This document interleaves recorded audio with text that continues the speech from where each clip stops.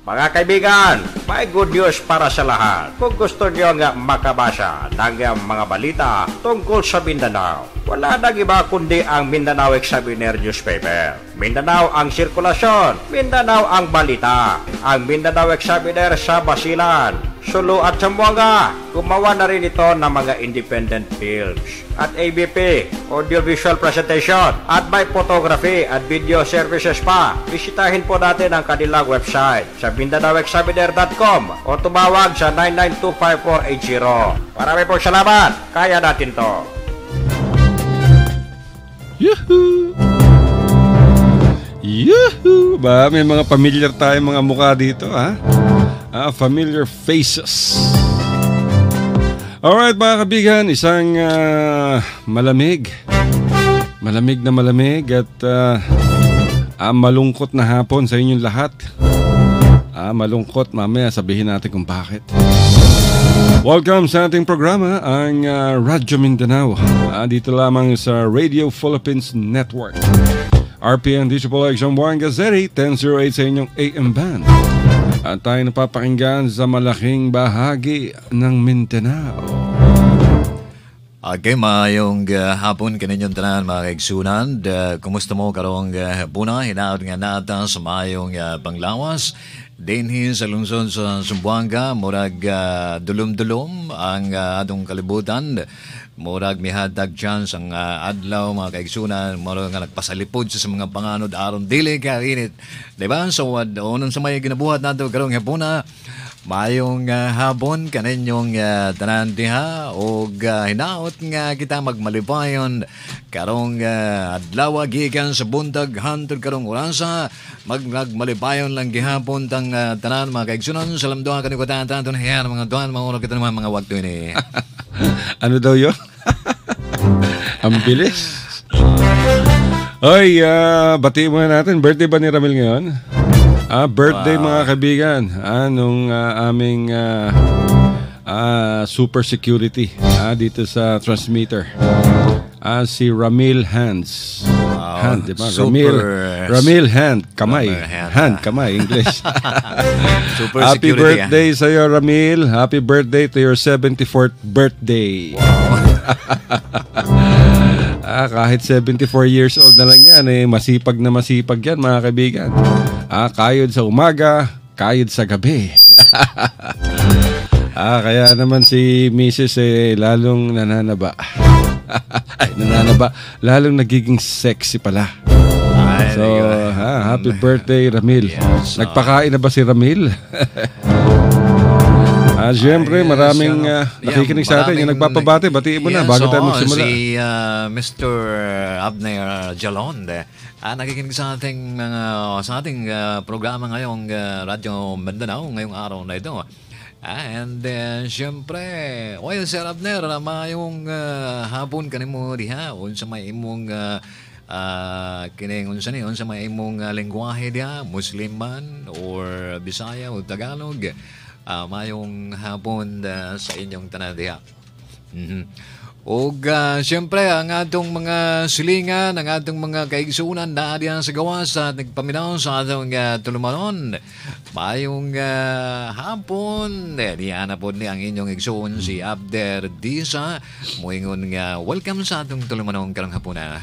Nakikinig daw si Jojo, yung administrator ng Fairland Building. At yung floor manager na si Dennis Balatbat.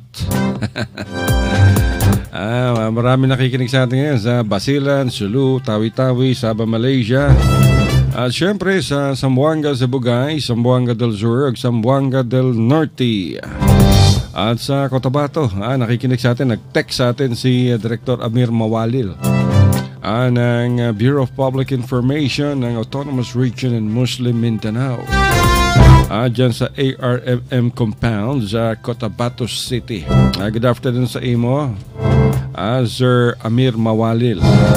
At syempre sa iba pang lugar, sa Takurong, Sultan Kudarat, Kidapawan, Coronadal, Panabo, Digos, Tagum, Davao City, sa Samal, maraming lugar, sa Tugigaraw City, sa Cagayan Province sa Northern Philippines. Nakikinig sila sa atin ngayon via shortwave Radio 2. Oy, nag-soka pala. Nagbigay na ng State of the City address itong si Beng Clima ko. Pero si Celso Lobregat, yung congressman ng Zamboanga, wala. Ay, nako, politika talaga, grabe. Nando doon, umaten si Manix Dalipe. Yung isa pang congressman ng Zamboanga. Si Celso Lobregat, wala. Siguro masama ang loob kasi hindi siya pinayagang magsalita. Sa soka. At absent din yung ibang mga kaalyado nitong si Celso Lobregat sa City Council. Ganyan talaga. Dapat malaman ni Celso, ganyan ang politika. Weather lang yan. Hindi lahat ng gusto mo ay nasusunod. Panahon ngayon ni Beng Clima ko. So kung ayaw niya magsalita at papagsalitain si Celso Lobregat, wala tayong magagawa. Sayang.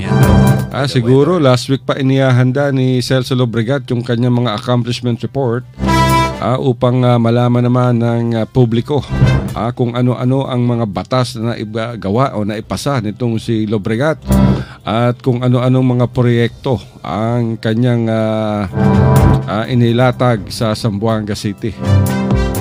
Pero wala Ayaw ni Beng Clima ko na magsalita si Celso.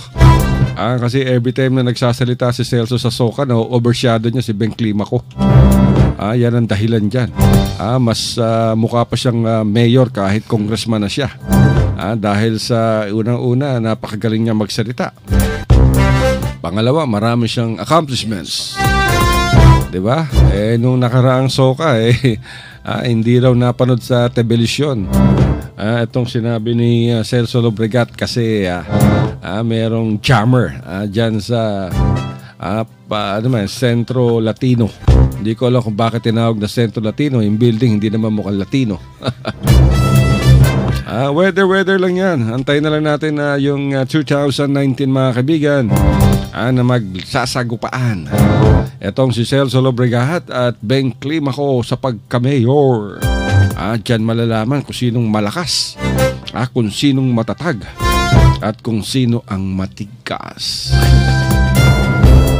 Siguradong sasabak si Celso Lobregat sa pagka-mayor. At tignan natin yung mga konsehal, kung ilan ang mapupunta kay Beng Clima ko at ilan ang mapupunta kay Celso Lobregat. Maganda yan.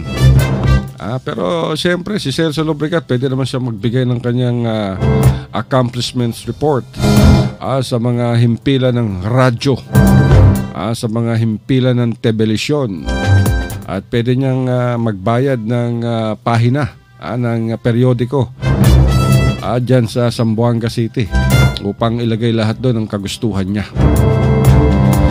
Talagang ganyan ang politika. Weather lamang. Yung tradisyon na pinapayagan yung mga congressman na magsalita alongside the mayor, tradisyon lang yan. Ako. Depende na yan sa sitting mayor kung itutuloy niya pa rin yung tradisyon o hindi. Dahil magkalaban sila sa politika, bakit naman papayagan ni Beng na magsalita si Celso Lobregat sa soka mismo ng alkalde? Common sense lang yan. So dapat tanggapin ito ni Celso Lobregat at wag diyang masamain. Dahil nung panahon niya ganun ang siya rin ang nananaig. So ngayon panahon naman ni Beng Clima ko. So ganun talaga. Wala na tayong magagawa diyan. So ang gawin na lang si Celso Lobregat ay ipahayag niya o sabihin niya sa publiko yung kanyang mga accomplishments. At yung soka ngayon ng itong si Beng Clima ko na overshadow mga kaibigan. Naging masyadong maliit yata yung soka ni Beng Clima ko at sa City Council na lang ginawa. Dati nung nakaraang taon dyan sa Paseo del Mar, Paseo de Marimar. At ngayon ay sa City Council na lamang. Bakit kaya? Siguro nangangamba si Beng Clima ko na kung gawin niya sa Centro Latino yan, hindi dumalo yung kanyang mga iimbitahang big time. Nakakaalyado naman ni Celso Lobregat. Kung sabihin ni Celso, wag na kayo pumunta ron. O kaya dahil sa simpatya nila kay Celso Lobregat, hindi na kami pupunta dyan. So magkakabungi-bungi yung yung Centro Latino o aalog-alog sila dyan habang nagsasalta si Beng Climaco. Kaya para mas maganda at para safety, dyan na lang sa City Council building. Mas maliit yung lugar. Ano kaya ang ipinakain sa mga bisita? Baka naman beng-beng, turon. O kaya banana Q. Mahal yan. Oo, sa mga kuripot, solve na yan. Sasabihin nila, kita nyo nga si Pangulong Duterte, turon lang ang binigay nung tsaka yung kung ano-ano. So meron silang dahilan na lalo magkuripot. Na-overshadow mga kaibigan yung State of the City address nitong si Beng Climaco dahil sa masamang balita. Nako, kanina mga kaibigan pumutok ang balitang inatake, minasaker ng mga armadong pirata ang 8 mga mangingisda dyan sa karagatan ng Zamboanga City. Nangyari to kagabi. Malapit sa si Romon Island. Diyan yan sa may 11 Islands. At nalaman lamang itong krimen, itong massacre kaninang umaga. Nang makabalik yung 2 survivor. At sinabi nila na hinarang sila ng mga pirata. At tinanong kung sino sa kanila ang mga Muslim. At kung marunong ba silang magdasal. Sinabihan pa yung mga mangingisda, talian ninyo yung mga kamay ninyo. So tinali naman ng nylon. At saka pinagdasal, yung mga mangingisda, hindi naman talaga sila mga Muslim. Mga Bisaya. At nung hindi sila makapagdasal, ayun na. Nirat-rat sila mga kaibigan, maliban dun sa 2 nakaligtas. Na sinabihan sila na kayo'y Muslim ba? Magdasal, nakapagdasal. Dahil yung kalao half-half half Muslim, half Kristiyano yata to. At sinabihan sila nung mga pirata, sige, tumalong kayo sa tubig, lumangoy kayo. Ang layo nun. Mabuti na lamang nakalangoy sila. At kanina mga kaibigan, na-recover na yung kabangkay ng 8 mga kawawang mangingisda. Nakatali pa rin yung kanilang mga kamay nang sila'y matagpuan sa kanilang hulbot. At sinabi naman ni Sanggali Barangay Captain Daud Bakel na nangihingi ng mga isda at pera itong mga pirata sa mga previous incidents. At natsyempohan nga itong isang grupo ng mga mangingisda na taga Zamboanga. Ayun ang sinapit. Pagkakaalam natin dito mga kaibigan, 5 ang nakaligtas. At kanina ay naiuwi na sa Sanggali ang bangkay ng 8 kaawa-awang mga mangingisda na naghahanap buhay lamang upang meron silang maipakain sa kanilang pamilya. So yung atake mga kaibigan, isa lang ang nagpapakita dito. Butas ang seguridad ng Zamboanga City. Nabigo ang militar. Bigyan ng proteksyon ang mga mangingisda sa karagatan ng Zamboanga Peninsula. Bagamat sinabi naman ng Philippine Coast Guard na 2 hanggang 3 beses sila sa isang linggo kung magpatrolya dyan sa 11 Islands. Subalit ang atake ay naganap kinagabihan. Kaya, mahirap makontrol ang seguridad. Pero isa lang ang totoo dito mga kaibigan, butas ang seguridad ng Zamboanga Peninsula. Nung nakaraang Enero 4 lamang, niratrat din ng mga Abu Sayyaf ang isang cargo ship, yung Ocean Kingdom. Dyan sa pagitan ng Basilan at Zamboanga City.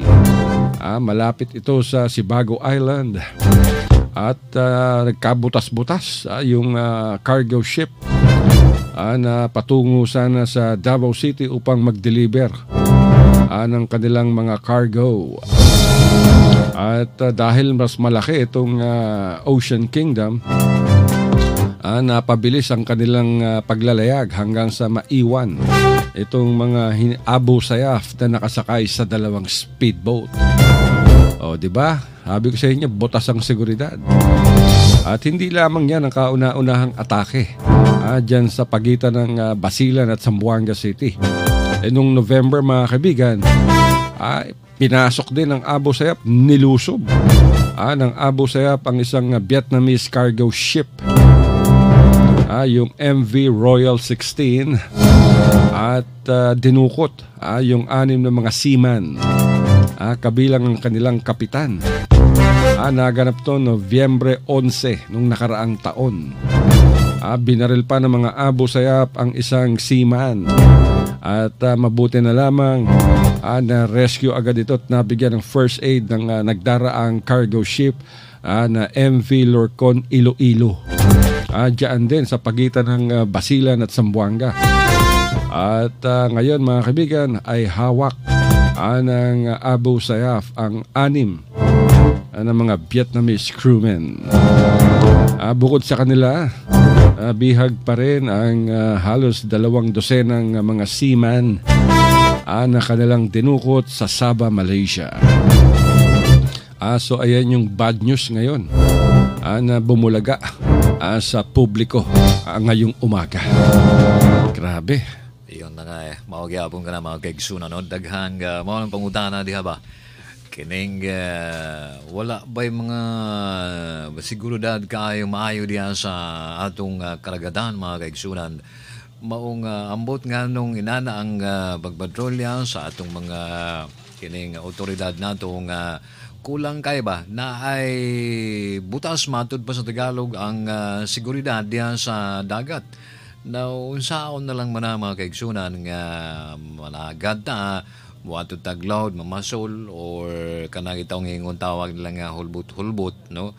Now, gipangayuan na sila, ay kasayod naman tayo ng mga ato pong mga kining kumpublanos diya sa laing dapit po, sa laing barangay nga dili kabalo mo ngitag o pamaagi unsaon ang pagpangitag panginabuhi sa ilang mga pamilya.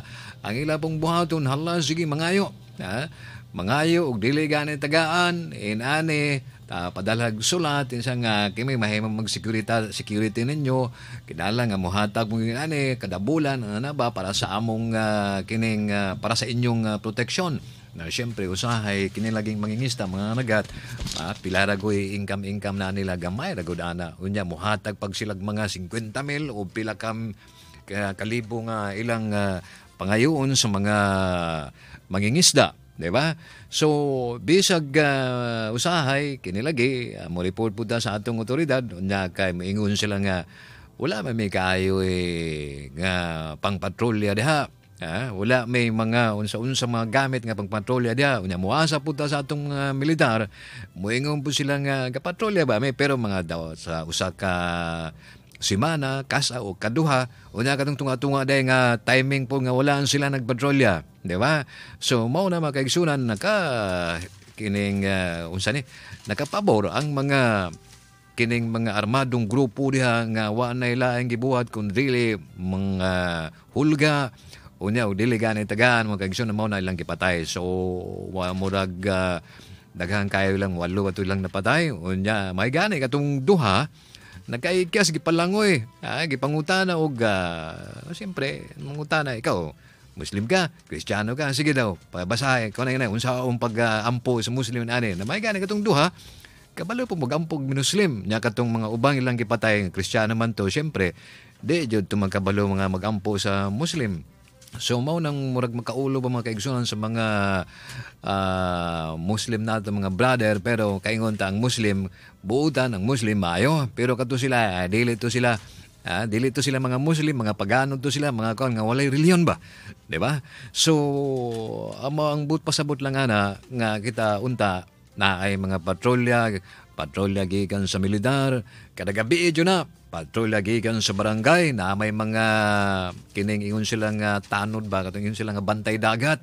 Na ang problema pud lagi sa bantay dagat wa pud daw sila mga armas, wala po sila mga pambot, wala po sila mga bangka na pangpatrolya na kadagabi, kadadlaw. So, mao nang nahitabo mga kaigsunan. Sa unsaon na lang po niya ang mangingisda, di po na sila kadalag pusil kay bawal malagi sa mga sibilyan madalag pusil sa dagat. Diba? So, mao na ang taon, kaluoy po sa mangingisda nato nga naalang gihawon sigig pangisda bisag kuyaw na apay dakong baod. Nabay mga ihugan kadako kasulay ko kog kanang may uban kog hulbot-hulbot kada gabi, may uban kog kanang diha sa basilan ay pastilan kadakong mga iho. Ana ay mga pating nga dako kaya bigla na sila mulutaw na si mong kilid. Mao una pay mga tulisan pastilan wala nang ginagawa kundi maghasik ng lagim diyan sa karagatan matumpan sa tinagawag mga kaigsunan. So, saon na lang mat na nato nino. So, maunta, naminaw ko nga atong kapulisan o kasundaluan, unta ilang ang pagpatrolya, kinahanglan, dili lang maadlaw, dili lang magabi, dili lang Lunes o Martes, kinahanglan kada adlaw gina siya, nagyan ng kapatrolya das dako. Gula na gani ang militar po diha, mupuli na po da ang mga bantay dagat, pero kita nagbantay dagat, naarang gyapon dili mas dagat. Lahi man ilang gibantayan ang silingan, gibantayan ang unsa ba diha naman sa yuta, dili man dito gabantay sa dagat. Ang pangutan-on nimo unsa may imong gibantayan dong. Instead nga dito kas dagat, ni amang ka din sa yuta. Sa man po sir nga wala man po may sakyanan, wala man po may patrolya, wala man po yung service. Una wala pag joy pulis nga mukuyog sumua. So mao nang panghitabo mga kaigsunan. So ang atong bisag unsaon nato pag-amping bisag magkaingon ta nga di na ta managat, di na ta muadtog mamasol ito sa laod. So wag ya po mahimong atong mga mangisda muadtog ginaglaod kay wa man po ipakaon sa ilang mga pamilya, di ba? So unsay mo ato na mag-suicide na lang ato sa laod, bisag na ay hulga, bisag na ay mga tulisan sa laod, sige lang gyapon. Oy na ko mga kaigsunan. So unsa man kay buhaton nato mga kaigsunan, di ba? So atong hangyo na atong barangay, mga opisyalis nato diyan nga kinahanglan ibibap ng kining ingon silang bantay dagat ba na ay magbantay diha unya kay kita mag-contribute na lang ta diha, pero kinahanglan nga naadyoy ang mayor nato diha nga muantigua, di ba? Naadyoy na ay kooperasyon sa atong militar, pananglit ang militar mo patrolya og Lunes, Miyerkules, Huwebes, ang Martes, Biyernes, Sabado, Domingo ibutang na sa atong mga barangay na po ang magpatrolya dahil sa laon, di ba? So, mao na ang panghitabo karon, muhulat ba tayo na ay mahitabo? Muhulat ba tayo na ay mahitabo? Kinahanglan na atay action ba? Matud pa sa in English nga, na atay action. Wala man tay action, mao na nga, di man ta kabalo mo kuan sa atong kamot. Sige lang tagyaw-yaw diha na, wala action, wala gapong pulos. Tama. So nakikiramay tayo mga kaibigan sa mga pinaslang, sa pamilya ng pinaslang na mga mangingisda. At sana'y mabigyan ng hustisya ang karumal-dumal na krimen. Pero mga kaibigan, sa lalawigan ng Sulu, nagkaroon ng meeting ang masipag at hardworking governor na si Toto Tan. Matapos na magtungo sa Kapitolyo ang mga members ng YLS. Isang grupo to mga kaibigan ng mga youth leaders. At karamihan sa kanila ay mga senior at junior high school mula sa iba't ibang paaralan, universidad at kolehiyo na umattend sa isang youth leaders workshop and seminar na ginawa sa Kuala Lumpur, Malaysia. Nangyari itong seminar, itong isang linggong seminar noong November 21 hanggang 27 at dinaluhan ng 30 mga active youth leaders from Sulu. Ito yung kauna-unahang batch na na-organize ng ating pamahalaan. At sa kanilang pagbisita ay nagpasalamat sila kay Governor Toto Tan sa kanyang malaking suporta sa mga kabataan sa lalawigan ng Sulu. At nangako naman itong si Governor Toto Tan na patuloy nitong susuportahan ng mga advokasya at programa ng iba't ibang youth leaders o youth groups dyan sa lalawigan ng Sulu, na bahagi naman mga kaibigan ng Autonomous Region and Muslim Mindanao. Napaka-aktibo nitong si Governor Toto Tan, lalo na sa sports. At marami itong mga programa para sa kabataan. Kaya kudos sa iyo, Governor Toto Tan. At sa lahat ng mga opisyal ng provincial government, ng mga munisipyo, at sa mga tausog na sumusuporta sa magandang hangarin nitong si Governor Toto Tan. Dito, pao ka na mga kaigsunan, no? Kay ang kabataan matud pa ni Jose Rizal, katong mga nag-eskwela pa to sa una ba? Di ba? Ang mga kabataan daw ay pag-asa ng bayan. Kung saan mahimo ng pag-asa ng bayan, daw kinalan, guwapo kayo ng programa, pamalaod ni Governor Toto Tan diyan sa Sulu mga kaigsunan, di ba? So, aron nga ang kabataan na to, dili mamahimong kabataan nga walay pulos, dihan lang mag-istambay, kadugaya mag-istambay, dili miskwila, kadugaya mag-igsunan, hala, mahimo nag-busayap, mahimo nag-drug addict diya, mamaligyag mga unsa-unsang ginabawal sa atong kagamhanan, ginabawal sa tanang, especially kining droga, di ba? So, ang iyang buhat karon gi-involve ng mga youth leaders diha, na ay mga nang-eskwela, na ay mga wala sa out of school youth, nga iyang gipabisi ba, na gimuan niyag mga basketball, gimuan niyag mga unsa-unsa nga mahimong busy ang adong mga kabataan. Now, lisod lagi og pasagdan nato ni atong mga kabataan, mga kaigsunan. Og pasagdan gani nato na sila. Hala, mahimo ng problema sa atong komunidad, di ba? May mahimong kuan, walay basketball court diha, walay dulaan sa mga batan diha, walay mga unsa-unsa mga recreation sa atong mga kabataan diha. Wala sila mga unsa ni kaning mga project diha, unsa ba? Now, kinahanglan nga involved nato sila aron nga instead nga mag-droga sila, instead nga maghimo silang dili maayo para sa komunidad, nga mahimo silang problema sa atong komunidad. So mauna ang gibuhat sa gobernador diha sa Sulu, si Toto Tan, Governor Toto Tan, mga kaigsunan. So mauna iyang ginabuhat karon aron mamahimo maayong good citizen, di ba? Itong mga kabataan diha sa Sulu, mga kaigsunan. Alright, ba? Nung isang araw lamang mga kaibigan, naririto sa Zamboanga ang lahat ng mga legitimate sultans. Wow. At nagkaroon sila ng pagpupulong kasama si former Sulu Governor Sakurtan, na siyang kanilang special envoy, at Dato Shabandar, Dr. Sakurtan. Nag-meeting sila diyan sa Garden Orchids Hotel sa Governor Camins upang pag-usapan ang iba't ibang mga programa ng Sultanate of Sulu. At siyempre, ito'y may kinalaman dito sa welfare ng mga tausog sa Sulu Province at siyempre ang sultanato.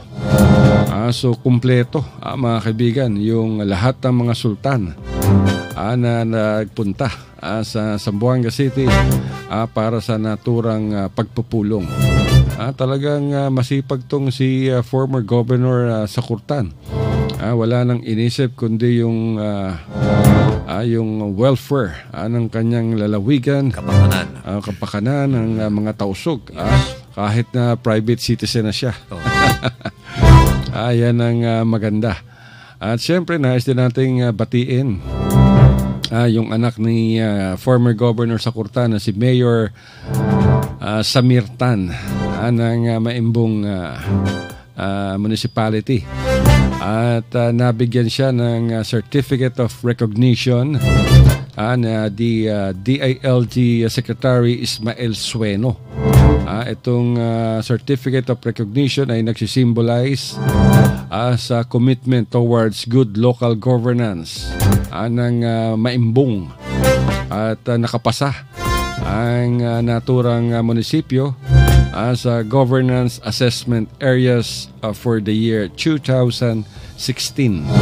Ibinigay ito kamakailan lamang, mga kaibigan.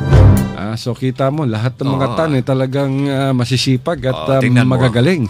Tingnan mo yung maimbong, di ba? Tingnan mo yung maimbong tan, si Samuel Tan. Dati, di ba dati, yung maimbong, yung kalsada, yung highway, meron pang bakod, merong gate. Yun, tama yan. Panahon ni Mayor Najib Baldiza. I see. Naalala ko yan. Pero kami diyan. Pero ngayon, akala mo parang Rojas Boulevard na. Yung kahabaan ng highway. Dahil may mga solar power LED lights, merong mga coffee shop along the highway. Yes, at yung mga badyaw ngayon, naka-tablet sa sila. At habang nangingisda, dahil meron na silang Wi-Fi signal. At yung munisipyo, napakaganda na. Hindi katulad noon. Ngayon, napakaganda ng munisipyo, napakaganda ng himpilan ng pulisya. At meron napakalaking playground sa mga bata. Meron silang napakalaki at napakagandang park sa harap laman ng maimbong municipal hall. At maraming naipatayong mga moske, palengke at cold storage ang itong si Governor Toto Tan at si Mayor Samir Tan. Tan yan basta Tan, di ba? So, mayroon nakapagkwento sa atin na istorya sa tuwa pa hindi ng maimbong ba. Sa uno daw, kining walay kwanjod ang karasada da lubak-lubak, walay mga playground, walay mga sulo ba, suga, electricity, di ba? Ay pagkakaroon hayaga. Hayag kayo. Ngayon maganda na. Di ba? Kaya sabi ko, may maganda talaga yun. Tingnan mo si dating governor, no, yung tatay nila. Sipag yun. Masipag hanggang ngayon. So, tsaka ma-influensya, respected. Sultan. So, ang sultan, ibig sabihin Datu siya bandar. Datu sa bandar, no? So, kailangan Special hindi pa rin titigil ang kanyang kapakanan para sa mga mamayan ng Sulu hanggang sa nagiging datu. Ay tuloy-tuloy pa rin ang kanyang pagsuporta, pagpalago ng Sulu, di ba? So, yan, mga tao na talagang tumutulong, masipag, mga taong dili sumuran ba sa pananglit o pribado na siya, private citizen na, naghihimo man siya sultan man din na siya. So, tuloy-tuloy na, tumatiguang mga kaibigan, tuloy-tuloy na ang pagsuporta niya sa mga katauhan diyan sa Sulu. Aron mo lambo, aron ma-peaceful, aron wala na mga unsa-unsang mga anomalya diha sa atong pamalaod, diyan sa mga lumulupyo ni anang Sulu na nagsugod na gani ang anak niya si Mayor Samir Tan diyan sa Maimbong. Tanawa karong Maimbong ay pastilan mga kaigsunan, murag city ba, murag mapildi pa nato kanang ingon sila Sulu Sulu kanang hulo. Lami pa kayo dito galing kay wala pa kayo siya, wala naanay tingali mga pantalan diha, no?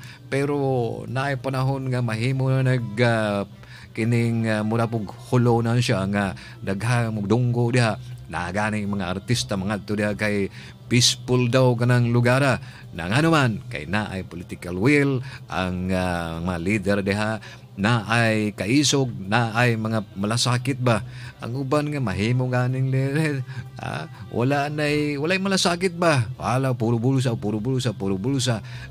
SOP dito, travel dito ambot asa paingon, di ba? So na ay mga ingon pa mga confidential, mo withdraw na dito sa treasurer, confidential mo withdraw na dito sa treasurer, ngayon na naadaw yung mga lakaw, naadaw yung mga unsa dia asa man paingon sa mga bulo sa mga kaigsoon kay nasayod gud ta. Kaya nasayod gud ta mga buhat sa ubang diha. So pakanan sila, hala maayo jud para jud tinuray ba para jud sa katawhan ng ilang ginabuhat karon. Tanawa na gud ninyo, di ba? Kanang Maimbong tanawa. Tanawa bang mga barangay kining mga munisipyo sa Sulu na improvement because of what? Kining ilang gobernador diha gikan pa dito sa ilang amahan hantud na himong ang gobernador ang anak sugod gikan samahan hantud sa anak tanawa kung maayo na ang pagdala nila kay maayo man ang ilang amahan, maayo man ilang tatay sa pagdala sa pamalaod sa panggobyerno diha sa Sulu. Inana ba atong pamarisan ba, di ba? Dili kay puro na lang bulsa, Ilisad kaya na maminghoy tana. Tama. Ako, speaking of Sulu, mga kaibigan, nagkaroon ng nagkaroon ng lindol. Diyan sa may lalawigan ng Sulu. At ayon sa ating nakawang impormasyon, ay diyan to, balapit sa bayan ng Tongkil. At tectonic ang origin nito, mga kaibigan, at na-trace yung lalim ng lindol, 625 kilometers sa dagat.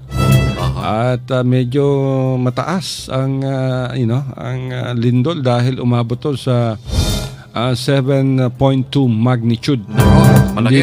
Malakas to. Malakas hindi yan. lang natin mabatid kung meron bang nasirang mga structures o may nasaktan sa lindol kaninang nangyari alas 2:13 in puntos.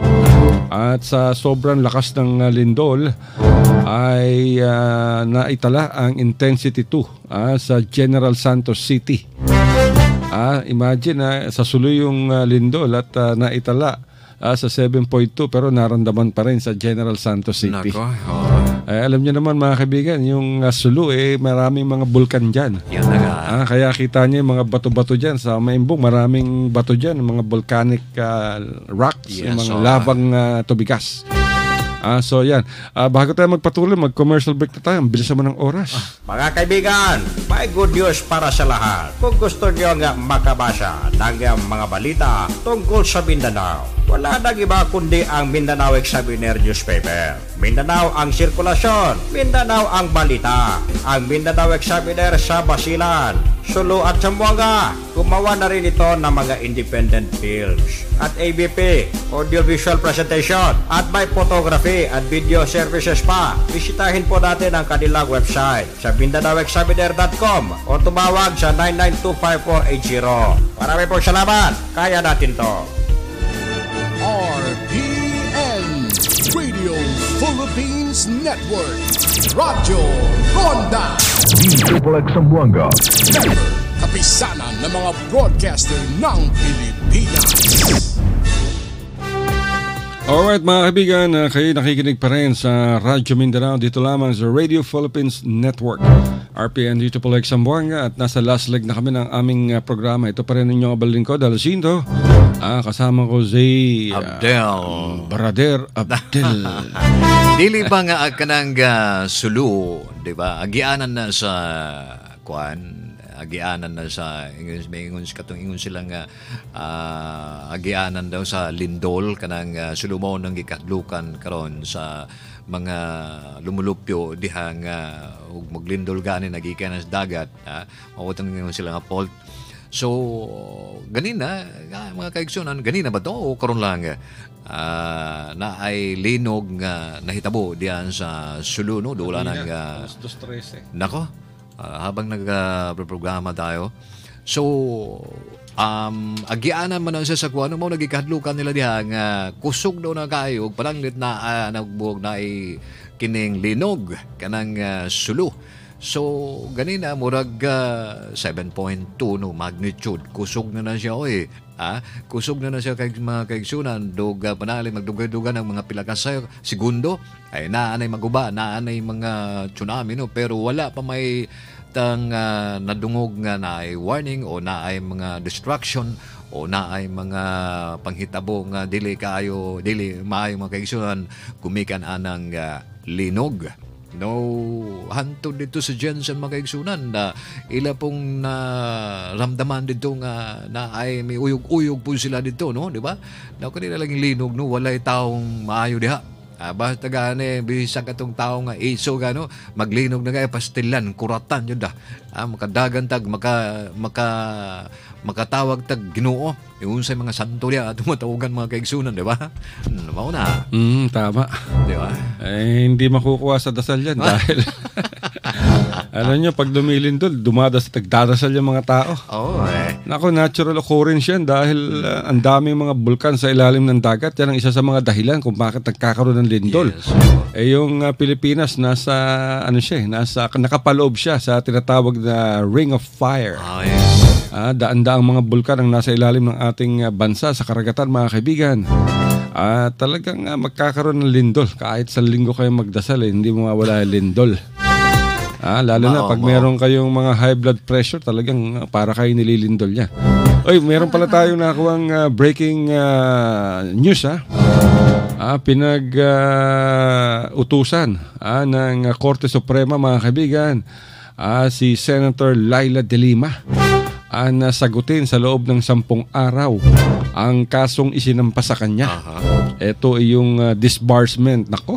Itong disbarment, mga kaibigan, ito yung pagpapatanggal ng kanyang pagiging abogado. Itong disbarment, matindi to.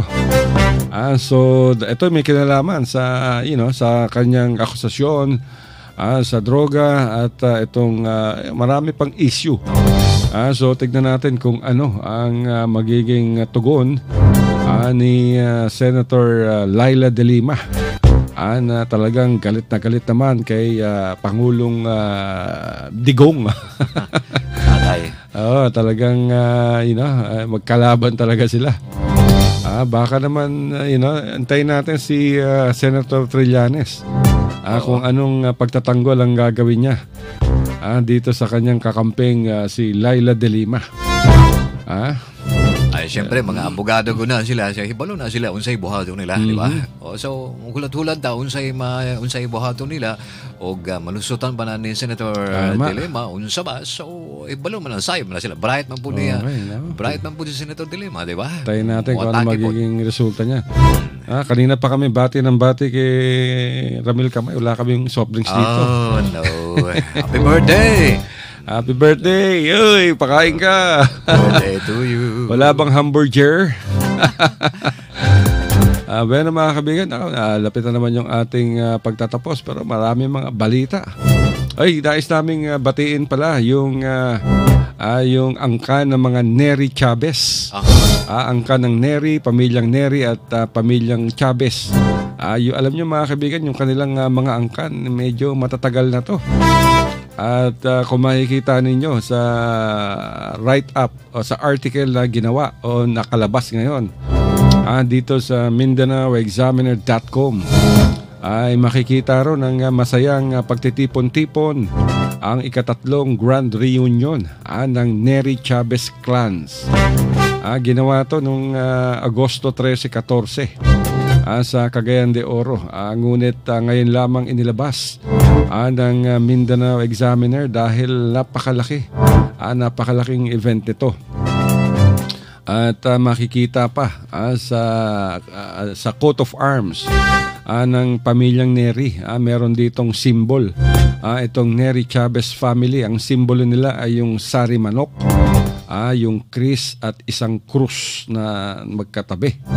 Ang sari manok, mga kaibigan, ay nagsisimbolize sa Samporna nobility, sa lanaw at kapangyarihan, wealth and rank.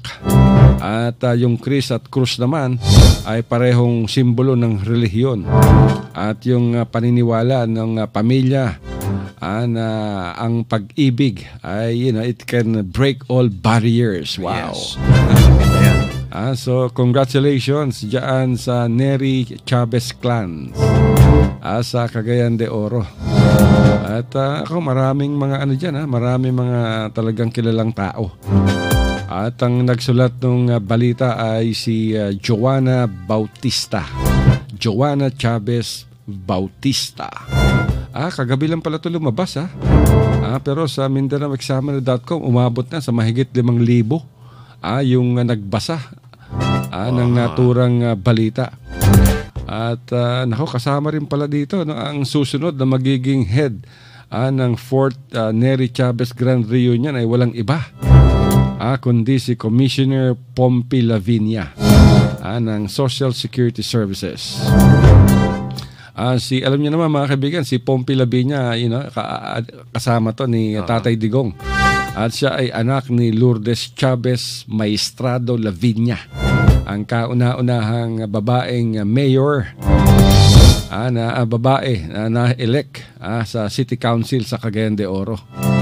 At si Pompi Laviña mga kaibigan ay younger brother ni former Ateneo School of Government Dean and Climate Change Lead Negotiator Tony Laviña. At napakaganda nito. Basahin ninyo yung artikulo. At nandiyan dyan sa MindanaoExaminer.com. Yan ang website ng Mindanao Examiner Regional Newspaper. Marami nagbabasa rito. Imagine, kagabi lang, ano oras nilabas to? Alas 8 ng gabi. Kahapon, kagabi, alas 8. At by 2:45, nasa mahigit 5,000 na, almost 6,000 na yung mga nagbasa. Ay, grabe, no? At mababasa nyo rin mga kaibigan sa website ng Mindanao Examiner Regional Newspaper, sa MindanaoExaminer.com, yung digital copy ng naturang pahayagan. So kung ayaw nyong gumastos at bumili ng pahayagan kahit saan lugar kayo, pumunta lamang kayo sa MindanaoExaminer.com at mababasa ninyo ang buong kopya ng Mindanao Examiner Regional Newspaper. O kaya maaari kayo magpunta sa issue.com/Mindanao Examiner Newspaper at mababasa nyo, madadownload nyo ang buong balita. In full color to. Yung issue ang spelling niya na issw.com/Mindanao Examiner Newspaper. So congratulations dyan sa Neri Chavez clan of Cagayan de Oro City. Pero kalat yan. Kalat yan mga kaibigan mayroon sa yata ating dito sa bansa. Mayroon yata siguro rin dito sa Basilan. Marami mga Neri. Maraming mga Neri, di ba? Mga Chavez. So yan mga kaibigan. Nako, sa Cagayan de Oro pa rin. Grabe.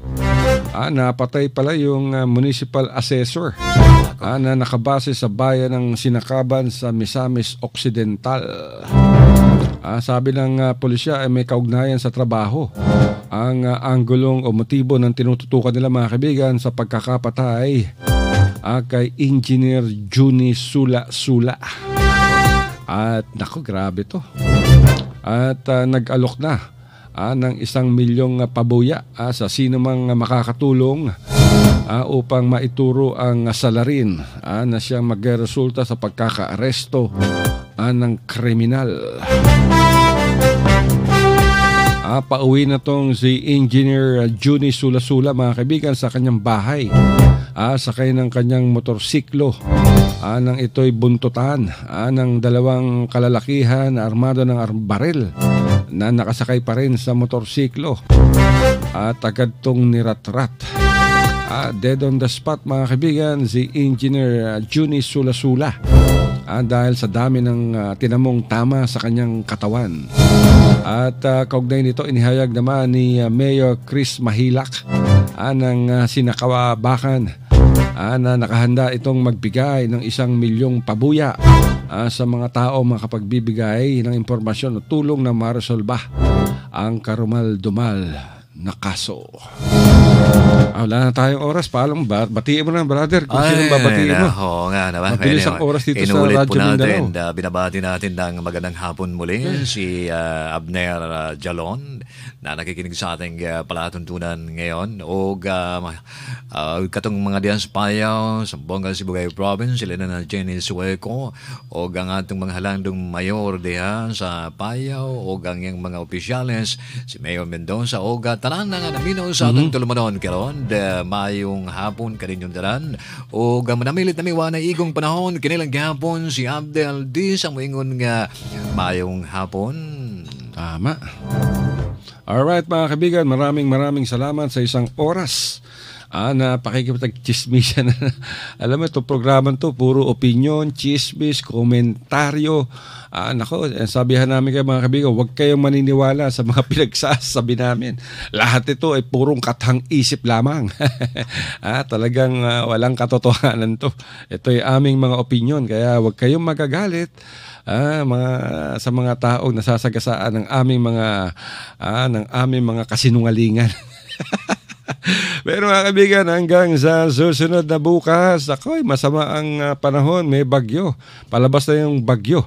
Mula dyan sa Southern Mindanao, Eastern Mindanao, Northern Mindanao, at ingat tayo para hindi tayo mahagip ng ulan. At siyempre, hanggang sa susunod bukas mga kaibigan, ito pa rin yung abalin ko, Dalo Sinto, nagsasabing, I love you, Mama. Chup chup.